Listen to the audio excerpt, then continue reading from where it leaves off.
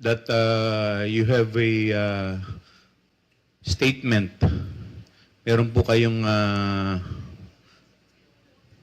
statement na sasabihin. You are now recognized.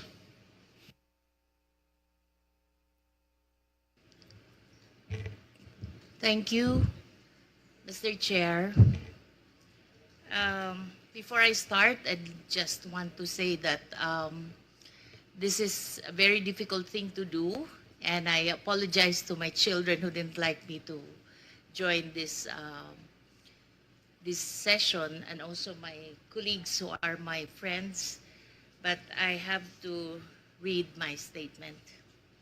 My name is Gloria Humamil Mercado, and I have dedicated over 40 years to public service in the government of the Philippines. In my last year with government, I served as the Undersecretary for Human Resource and Organizational Development of the Department of Education. I was appointed as DepEd Undersecretary by President Marcos, as recommended by Vice President Sara Zimmerman Duterte in 2022, and I assumed office in August of 2022 and February 2022.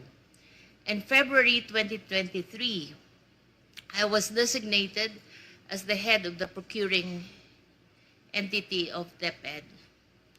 As one of the signatories of DepEd's checking account, alongside Undersecretary for Finance, Annalyn Sevilla, I signed checks related to all funds, and recall that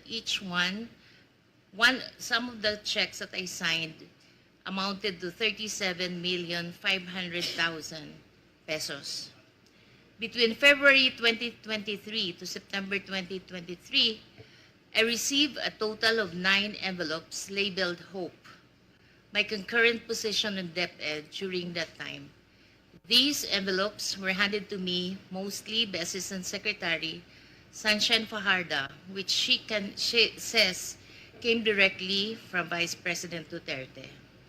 What she would typically say as she hands the envelope. It would appear that I received this envelope by virtue of my office as Hope. Attorney Fajarda is the wife of Edward Fajarda, who is the Special Disbursement Officer.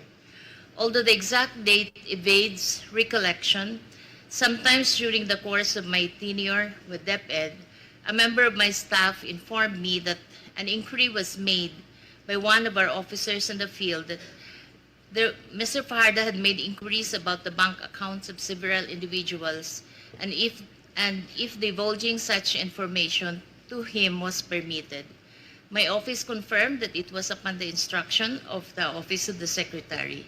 Evidently, it would appear that regional directors and other employees on the field would also receive sums on top of the regular salaries.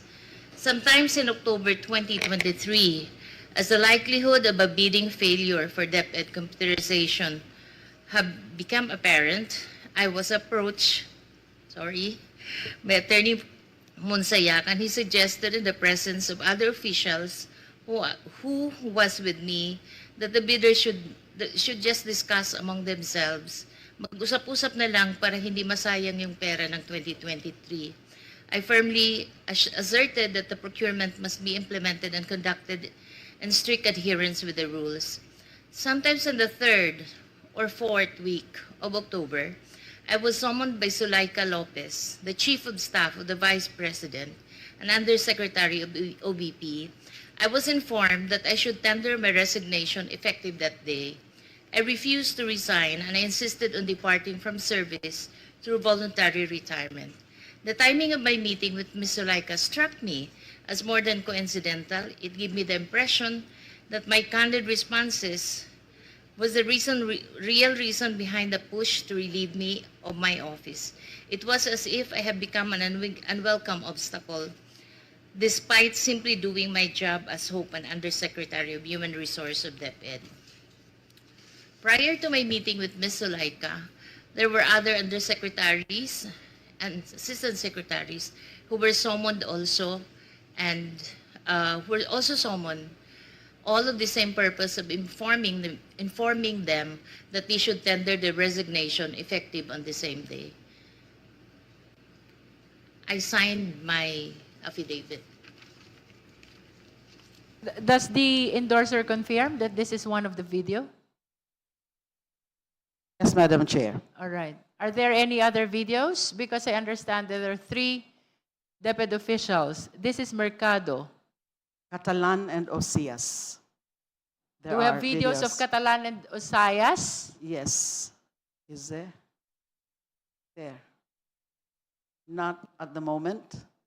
It will be played. Yes. Aside from your allowance, from your regular budget, nakakatanggap po ba kayo ng envelope just like Yusek Mercado and Director Osias from ASEC Paharda? Yes, sir. Magkakano? Minimal amount lang po. Which is how much po? It's not even, Magkano po? it's 25,000. 25,000. How many times po? 9? Ilan? 9 times. 9 times. From what month up to what month? Let me guess. From February to September? I think so, sir. So, nung September po, tumigil na. Yes, Your Honor. Just like Yusek Mercado. Tama po ba? Yes, Your Honor. So, thank you po. So, just kindly state, Madam Endorser, the person in the video, that is?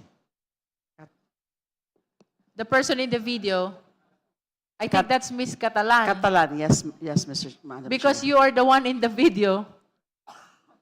Do you recall, Honorable Chua, the position of Miss Catalan? Yes, Madam Chair. What is her position in DepEd? I think she is also connected with the bidding. Bidding Yes. process? Bidding, if I'm not mistaken. All right, so Madam Chair, she's the chief accountant. Chief Ah, Accountant. chief accountant. Sorry. Now we will proceed to the last video. I suppose this is Osayas. Madam Chair. Tanong lang po, would you also receive envelopes from Miss Shine Paharda? Parang ikinuwento ni Yusek Mercado, envelope containing cash. All right. Your Honor, Mr. Chair, no, I must be candid about this. I must say I did, but I didn't know because I was new in the department. I thought it was a practice of the department. I thought, the very first time I encountered that matter, sir, was sometime in April of 2023. I didn't know I was summoned to the office of ASEC Shine, and then I was given an envelope, and it was later on I found out that there was money in it, but it was not because I was a back member or whatever yet, because I was not at that time. At that last hearing, sabi ni Yusek Mercado, kung natatandaan ko, 9 envelopes yung natanggap niya, amounting to 50,000 each. Sa inyo pong pagkakaalala, hanggang kailan kayo nakatanggap na envelope? Ilan? It started April. I think it was until September of that year.